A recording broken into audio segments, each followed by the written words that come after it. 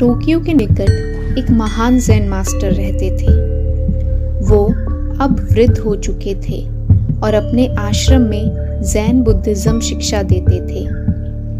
एक नौजवान योद्धा जिसने कभी कोई युद्ध नहीं हारा था, उसने सोचा कि अगर मैं मास्टर को लड़ने के लिए उकसाकर उन्हें लड़ाई में हरा दूं, तो मेरी ख्याति और भी फैल जाएगी। और इसी विचार के साथ वो एक दिन आश्रम पहुंचा।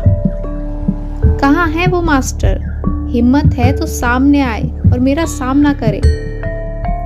योद्धा की क्रोध भरी आवाज पूरे आश्रम में गूंजने लगी। देखते देखते सभी शिष्य वहां इकट्ठा हो गए और अंत में मास्टर भी वहां पहुंच गए। उन्हें देखते ही योद्धा उन्हें अपमानित करने लगा।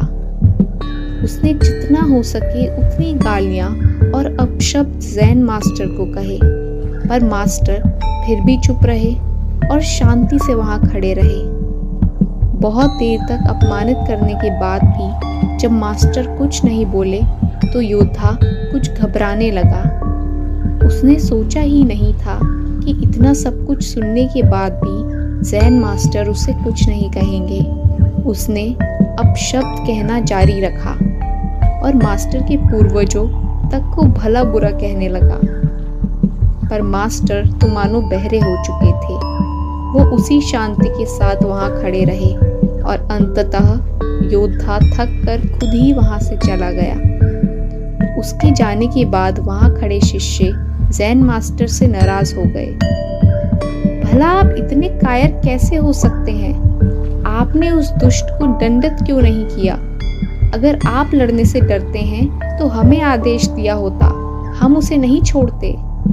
शिष्यों ने एक स्वर में कहा। मास्टर मुस्कुराए और बोले, यदि तुम्हारे पास कोई कुछ सामान लेकर आता है और तुम उसे नहीं लेते तो उस सामान का क्या होता है?